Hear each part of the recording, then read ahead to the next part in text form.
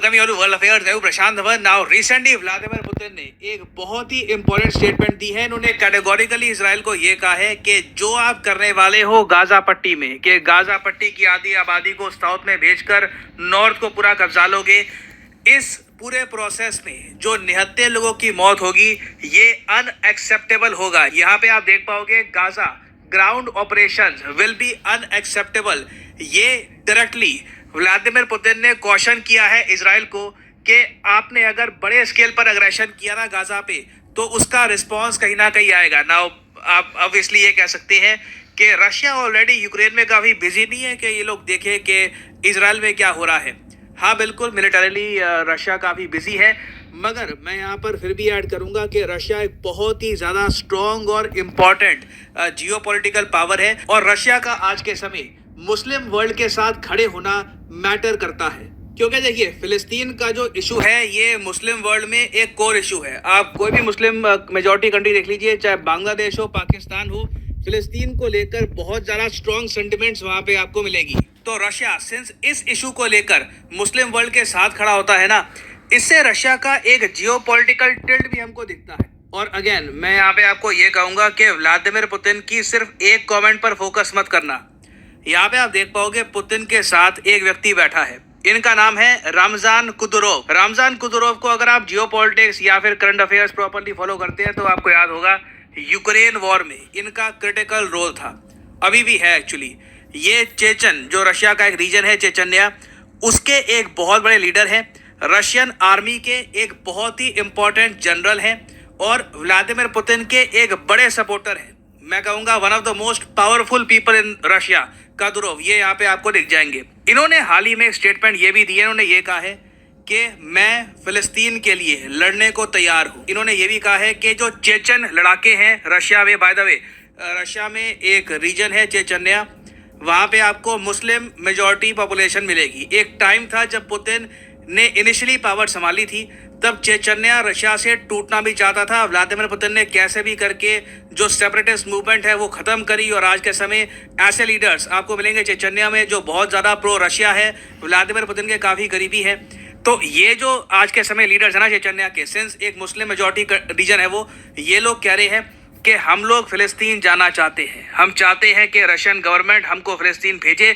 ये of course ये नहीं कह रहे कि ये इजराइल के अगेंस्ट लड़ेंगे, इनकी लैंग्वेज अभी के लिए काफ़ी सॉफ्ट है. ये कह रहे हैं कि हम पीस कीपर्स के रूप में जाना चाहते हैं वहाँ पर, कि खुद जाएंगे ही और इंश्योर करेंगे कि कोई वायलेंस ना हो. इन लोगों का कहना ये है कि इनका मेन कंसर्न है कि आम आदमी जो है वहाँ का, जो मासूम लोग हैं वो ना मारे जाएं. और व्लादिमीर पुतिन की भी आप जो स्टेटमेंट देखोगे ना, सेम ही आपको मिलेगी. ये कह रहे हैं कि सिविलियन लॉसेस जो होंगे गाजा पट्टी में जब इजराइल अपना ग्राउंड ऑपरेशन लॉन्च करेगा, ये अनएक्सेप्टेबल है हमें. ना ये तो हमने बात करी है बहुत ही डिटेल्ड रीजंस की. वैसे हम ब्रॉडर जियोपॉलिटिकल रीजंस देखें यहाँ पर कि पुतिन ने ये सब क्यों कहा है, तो एक रीज़न तो यहाँ पर ये है कि पिछले एक साल में ना रशिया ने एक डिसीजन ये लिया है कि ये लोग वेस्ट से दूर होकर मुस्लिम वर्ल्ड से अपने स्ट्रॉन्ग रिलेशंस बिल्ड करेंगे. वेस्ट से दूर होकर क्या, वेस्ट ने वैसे ही इन पर सैंक्शन लगा रखे हैं, तो बाय डिफ़ॉल्ट जो मुस्लिम वर्ल्ड है ये रशिया के लिए बहुत ही ज़्यादा इम्पॉर्टेंट हो जाता है.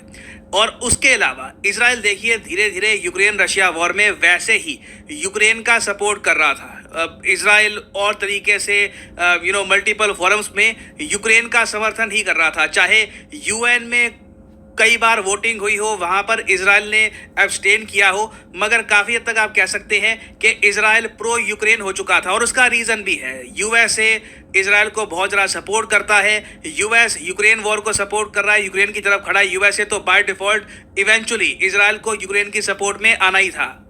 और फिर इसके अलावा आप अगर देखो तो हाल ही में आपने एक ट्रेंड नोटिस किया होगा, ये बहुत ही यूनिक है. ये मैं कई बार देखता हूँ, मुझे सच में शौक लगता है देखकर. यूरोप में ना कई कंट्रीज़ ने ओपनली ये कहा है कि प्रो हमास प्रोटेस्ट हम बर्दाश्त नहीं करेंगे. अगर कुछ लोग इकट्ठा हो जाते हैं यूरोपियाई देशों में, हमास के लिए चीयर करते हैं, कहते हैं कि हम हमास के सपोर्टर हैं, हम फ़िलिस्तीन के सपोर्टर हैं, तो आज के समय ना यूके में, फ्रांस में, कई कंट्रीज़ में ऐसे प्रोटेस्ट बैन हो चुके हैं. अब ये मुझे इतना अजीब लगता है कि खालिस्तान के इशू को लेकर ये ऐसा कुछ करते नहीं है, मगर हमास का यहाँ पे जब इशू आता है, जियोपॉलिटिकल इशू जहाँ पे आ जाता है, इजराइल को सपोर्ट करना बहुत ही इंपॉर्टेंट हो जाता है। वहां पर आप कह लीजिए इन लोगों ने फ्रीडम ऑफ स्पीच बिल्कुल किल कर दिया है और प्रो हमास प्रोटेस्ट बिल्कुल बैन कर दिया। अगेन, ना मैं किसी के फॉर या अगेंस्ट यहाँ पे बात कर रहा हूँ, ये बस मेरी एक ऑब्जर्वेशन है जो आपके साथ शेयर कर रहा हूँ। इधर आप देख पाओगे यूके की जो होम मिनिस्टर है ब्रेवरमैन, इन्होंने हाल ही में ये कहा है अगर कोई व्यक्ति फिलिस्तीन के झंडे भी लहराता है, वेविंग पैलेस्टीनियन फ्लैग में भी एक क्रिमिनल ऑफेंस। ये बात हाल ही में ब्रेवरमैन ने बताई है यूके की पुलिस को। नाउ अब आप खुद सोच कर देखिए, इंडिया जब काफ़ी बार कहता है कि हमारे जो इश्यूज हैं पाकिस्तान काफ़ी बार इस टाइप के जो प्रोटेस्ट करता है उसको लेकर आप कुछ करिए, ये बैठे रहते हैं कहते हैं कि फ्रीडम ऑफ स्पीच का इशू है।